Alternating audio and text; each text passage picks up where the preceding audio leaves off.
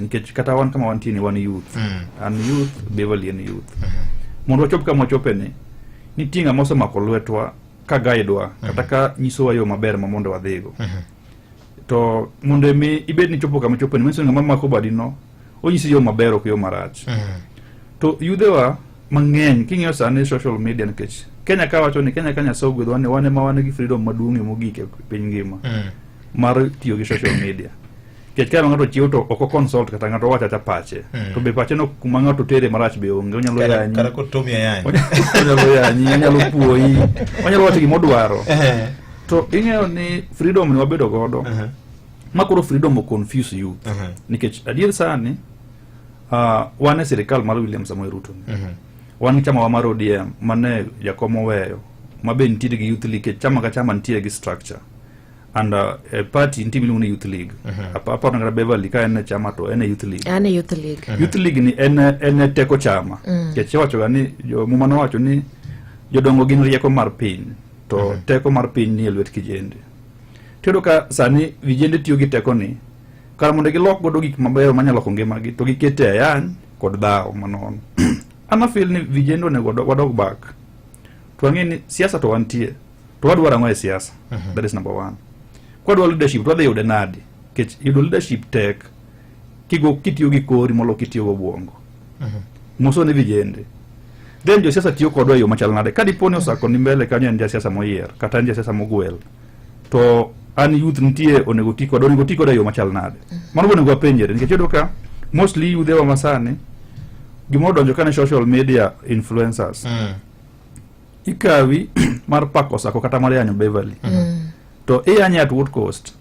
ke siasa moro ntie osiepa moro jalango kanisa gani bwana eno wuok nandika ni onge gimora more siasa matimore ma ok chule ng'ato no nyisa no sako kikipar kata bwana kino ka jochokore rally ni ng'ato no wuok e ode to deno Victor Juma la kene mane timone mano giru nyaki mobilize ni kala sana nyiso joka bonyo ni ane dhi chung kamoro e Kanyagwal kata ni ne taka ka wuoni to ji biro nena unless ni gini wedeni onge gima timore siasa kama onge pesa so kapok yanyo ng'ato penyi to cost mar yanyo ng'ani di en pesa di inja moro gi manche nyamito wacho ni kineno ka kapok wakao adhong magore go chilo to in kijana mani mwalo kacha we gori gi wadu nikech kwa tieko chieng' manya paro ka chieng' manya meta ne wantie function moro to gitiko do chopa chiel gin go chilo gidhi Nairobi to gidunyore pato wange jo youth ko ne yudo chilo koro in be nje gari pimo kiki yudi kidong chien so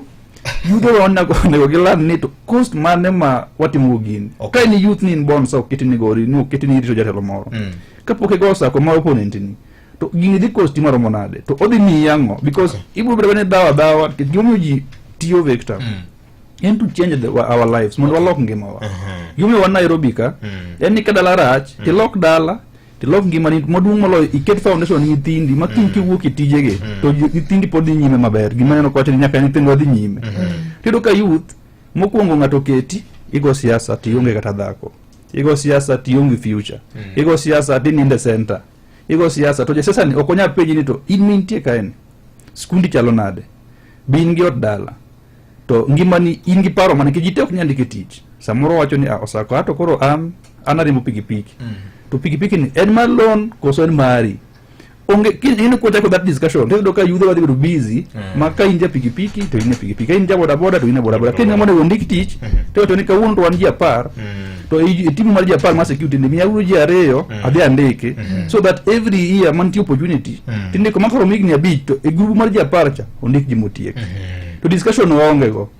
sana to kan kidi ko gwen sani Victor ko radu kodi ko yuto radu kodi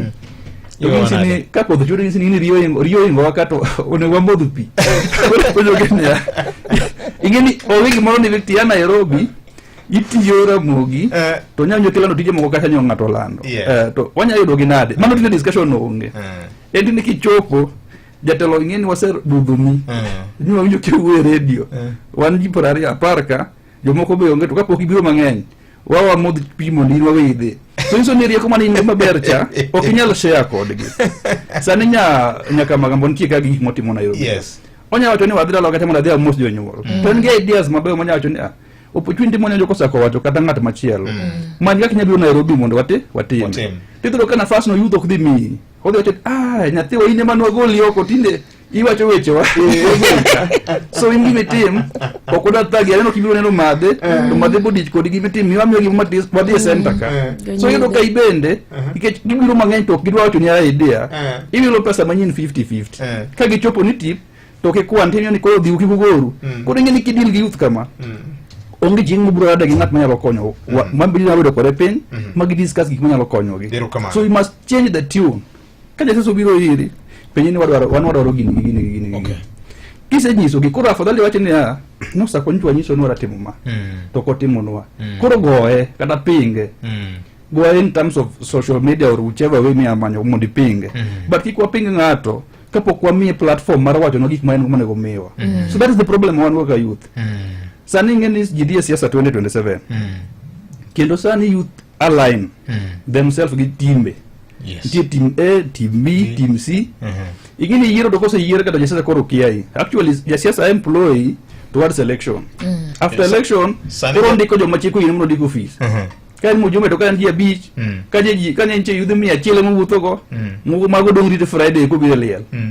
abiche mo dhigo Nairobi adek dong CDF ata 4 modong teko rite ko go simu to isen adhi Victor Apinga manyuro panga hero kanu piake ukete gari udhikeri kode tida udago Victor 5 years to kotiko ogero gorofa to in kanyo we ye landi podi mani medaki 5 years so we just need to change the tune because that is the problem Victor to gino timore bilu because joluwa kose year mostly